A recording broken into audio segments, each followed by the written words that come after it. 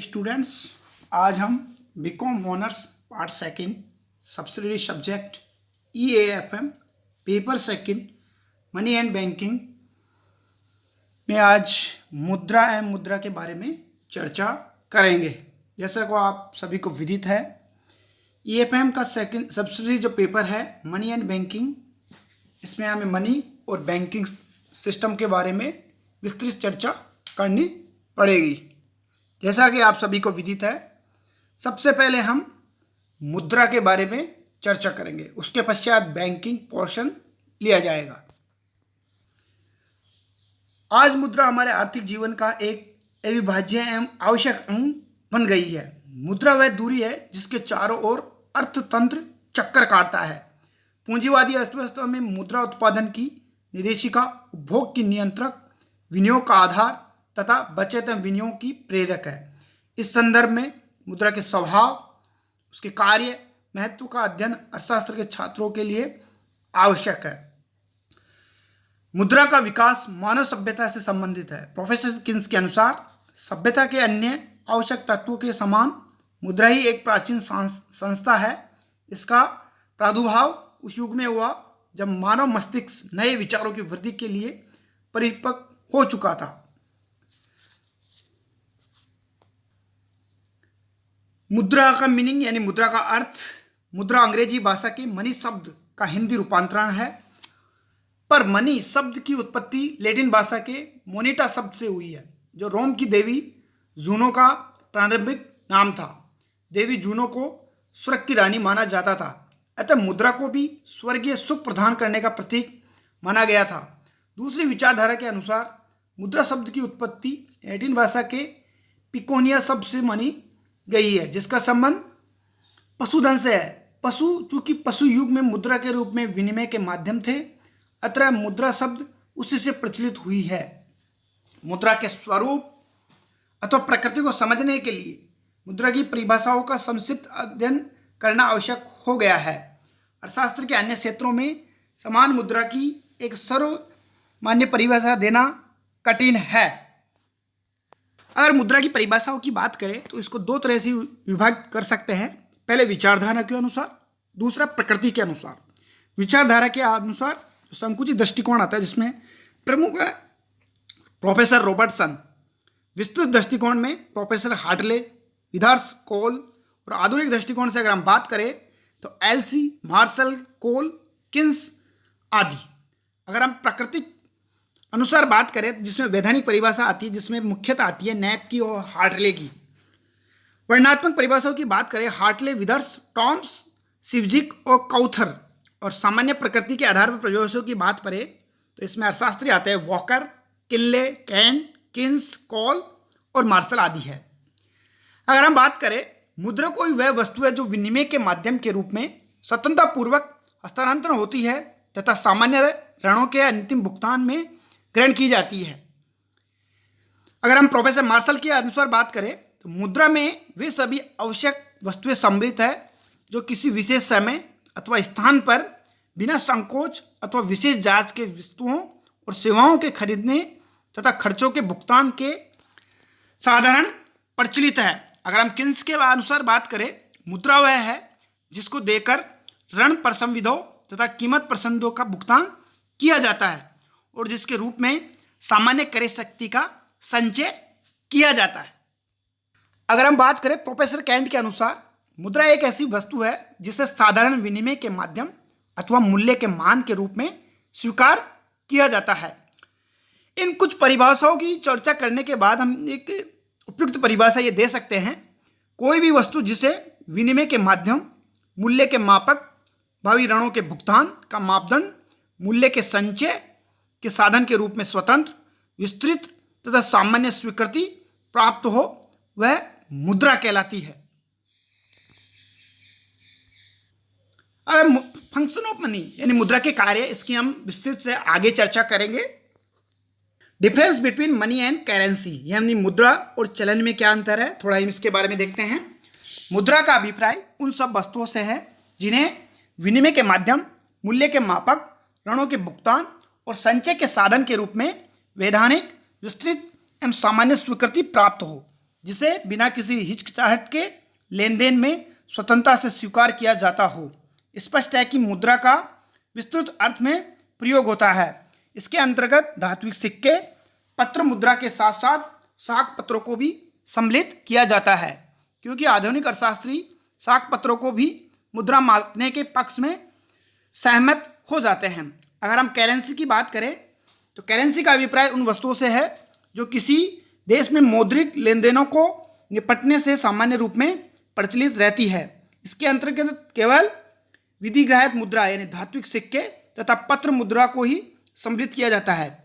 स्पष्ट है कि शाक पत्रों को चलन में सम्मिलित नहीं किया जाता, क्योंकि वे विधिग्राह्य और उन सब में सामान्य स्वीकृति का गुण है। अब हम बात करते हैं कॉन्सेप्ट ऑफ नियर मनी, निकट मुद्रा की अवधारणा। निकट मुद्रा का अभिप्राय उन वस्तुओं, प्रपत्रों एवं परिसंपत्तियों से है जो वास्तव में मुद्रा तो नहीं है, किंतु जिन्हें हम आसानी से मुद्रा में बदला जा सकता है। यद्यपि ऐसी वस्तुओं के रूप में भुगतान में वैधानिकता और सामान्य स्वीकृति का गुण तो नहीं होता, किंतु इनमें उच्च स्तर की तरलता होती है। इन्हें आसानी से मुद्रा में बदला जा सकता है। उदाहरणार्थ यानी जैसे ट्रेजरी बिल, बॉन्ड, शेयर प्रमाण पत्र, सावधि खातों में जमा राशि, अल्पकालीन सरकारी प्रतिभूतियां आदि निकट मुद्रा अथवा सम मुद्रा कही जाती है। आधुनिक अर्थशास्त्री निकट मुद्रा को ही मुद्रा मानते हैं। अब हम फंक्शन ऑफ मनी यानी मनी के जो कार्य हैं उनके बारे में विस्तृत चर्चा करेंगे। फंक्शन ऑफ मनी यानी मुद्रा के कार्य को हम दो तरह से विभक्त कर सकते हैं, जैसे स्टैटिक फंक्शन ऑफ मनी और डायनेमिक फंक्शन ऑफ मनी। सबसे पहले हम स्टैटिक फंक्शन ऑफ मनी यानी मुद्रा के स्थैतिक कार्यों के बारे में चर्चा करेंगे। आधुनिक अर्थशास्त्री मुद्रा के मुख्य अथवा प्राथमिक कार्यों यानी प्राइमरी फंक्शन के या सेकेंडरी फंक्शन को परंपरागत मानते हैं। ये मुद्रा के स्थायी प्रकृति के होते हैं, जिसका विवरण इस प्रकार है। पहला है प्राइमरी फंक्शन। मुद्रा के इस कार्य को मौलिक अथवा अत्यावश्यक कार्य भी कहा जाता है, क्योंकि मुद्रा के ये दो कार्य अर्थव्यवस्था के विकास में प्रत्येक स्तर पर प्रमुख है। पहला है मीडियम ऑफ एक्सचेंज। मुद्रा में सर्वग्राह्यता का गुण होने से यह विनिमय के माध्यम का कार्य करती है। वस्तुओं और सेवाओं का लेन देन, क्रय विक्रय मुद्रा के द्वारा ही होता है, और मुद्रा एक सर्वमान्य रूप में विनिमय को सरल बनाती है। मुद्रा के उपभोग से वस्तु विनिमय में आने वाली दोहरी संयोग की कठिनाई को दूर किया जाता है मुद्रा विनिमय के माध्यम से। अब हम बात करते हैं मेजर ऑफ वैल्यू यानी मुद्रा मूल्य मापक का साधन है। मुद्रा का दूसरा प्रमुख कार्य मूल्य मापक के रूप में है। विनिमय के लेन देन कर्ताओं को वस्तुओं तथा सेवाओं का तुलनात्मक मूल्य मुद्रा के माध्यम से ही किया जाता है। प्रोफेसर कोलबॉर्न ने मुद्रा के इस कार्य को सभी प्रकार की अर्थव्यवस्था में सर्वप्रधान माना है। जिस प्रकार भौतिक वस्तुओं के मापदंडों के रूप में मीटर, लीटर, किलो आदि इकाइयां निश्चित है, उसी प्रकार वस्तुओं और सेवाओं के मूल्यांकन हेतु मुद्रा एक सामान्य मूल्य मापक कॉमन मेजर ऑफ वैल्यू है। हम सेकेंडरी फंक्शन ऑफ मनी के बारे में बात करेंगे। मुद्रा के सहायक और गौण कार्य। पहला है स्टैंडर्ड ऑफ डेफर्ड पेमेंट यानी विलंब भुगतानों का मान। इसे भावी भुगतानों का आधार भी कहा जाता है। आधुनिक युग में समूचा आर्थिक ढांचा साख पर आधारित है। उधार लेन देन के भुगतान का निर्धारण मुद्रा से ही किया जाता है, क्योंकि मुद्रा में सर्वग्राही और टिकाऊपन का गुण होने के साथ साथ दूसरी वस्तुओं की अपेक्षा मूल्य में तुलनात्मक स्थिरता पाई जाती है। दूसरा है स्टोर ऑफ वैल्यू और परचेजिंग पावर यानी क्रय शक्ति का संचय। मुद्रा में सर्वग्राह्यता, टिकाऊपन, मूल्य में स्थिरता तथा संग्रहण की सुविधा के कारण अन्य वस्तुओं की अपेक्षा मुद्रा के रूप में क्रय शक्ति का संचय सरल और सुविधाजनक होता है। मुद्रा भावी भुगतानों का आधार भी है। अतः मनुष्य की स्वाभाविक दूरदर्शी प्रवृत्ति ने भविष्य की आवश्यकताओं की पूर्ति एवं विपदाओं की सुरक्षा के लिए आय व्यय में कुछ भविष्य के लिए बचाकर रखने की प्रेरणा देता है। मुद्रा के इस कार्य के कारण ही आज बड़ी मात्रा में पूंजी का संचय हो रहा है। तीसरा है ट्रांसफर ऑफ वैल्यू, यानी मुद्रा का हस्तांतरण। मुद्रा के विनिमय के क्षेत्र को विस्तृत करने के बाद उत्पादन के साधनों को यह गति प्रदान करता है। मुद्रा के मूल्य के हस्तांतरण को बहुत ही सुविधाजनक बनाया गया है।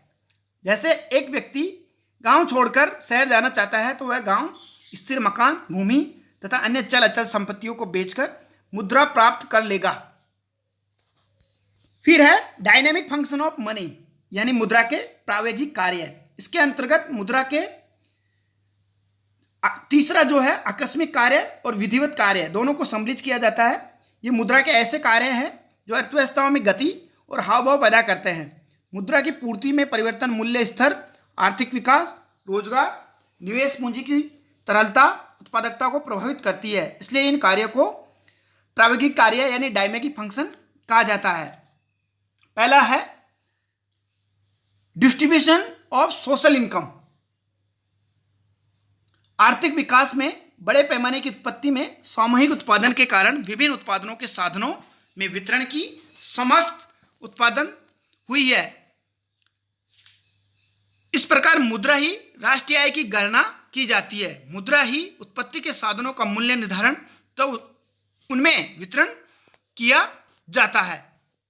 दूसरा है basis of minimum satisfaction and minimum production, यानी अधिकतम संतुष्टि एवं अधिकतम उत्पादन का आधार। मुद्रा के उपयोग से ही उपभोक्ता को समसीमांत उपयोगिता नियम के द्वारा अधिकतम संतुष्टि प्राप्त कर सकता है और उत्पादक भी अपने लाभ को अधिकतम करने के लिए उत्पत्ति के सभी साधनों का चयन करता है।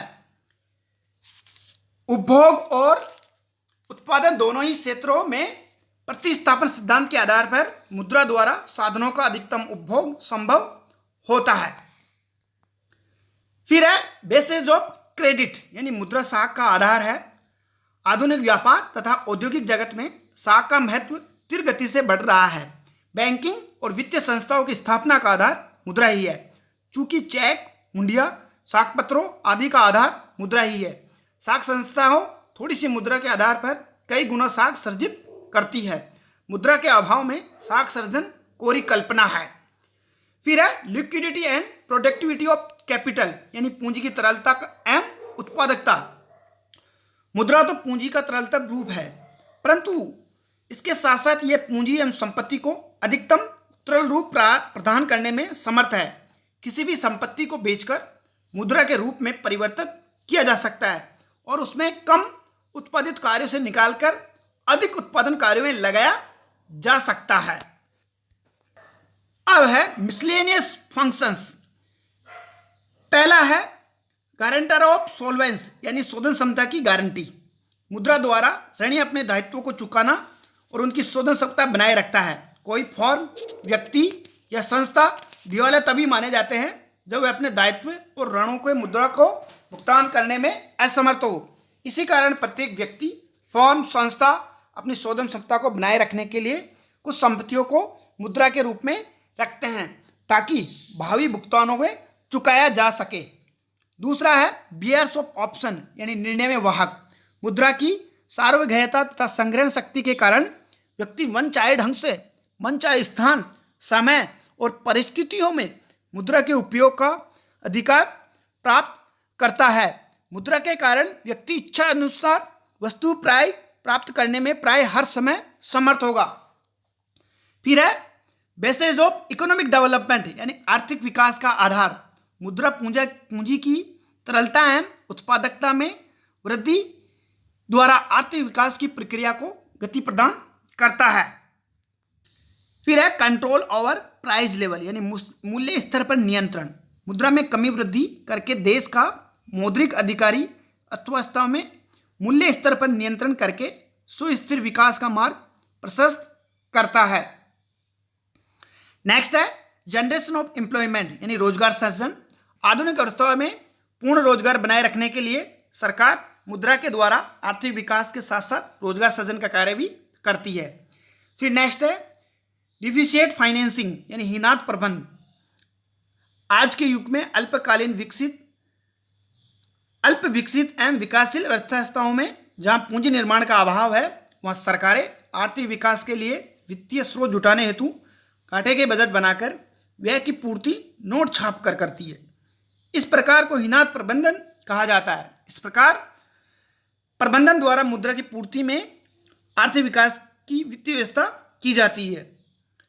कुल मिलाकर निष्कर्ष के रूप में हम ये कह सकते हैं, मुद्रा के 4 कार्य: विनिमय का माध्यम, मूल्य का मापक, भावी भुगतानों का आधार तथा मूल्य संग्रहण का साधन तो महत्वपूर्ण है ही, पर अर्थव्यवस्था की जटिलताओं को देखते हुए दूसरे कार्यों की अवहेलना करना भी मुश्किल लगता है। मानव जीवन के आर्थिक विकास के साथ साथ इन कार्यों की संख्या में वृद्धि होती रहती है। इस तरह से आज का हमारा ये वीडियो कंप्लीट हुआ। Thank you.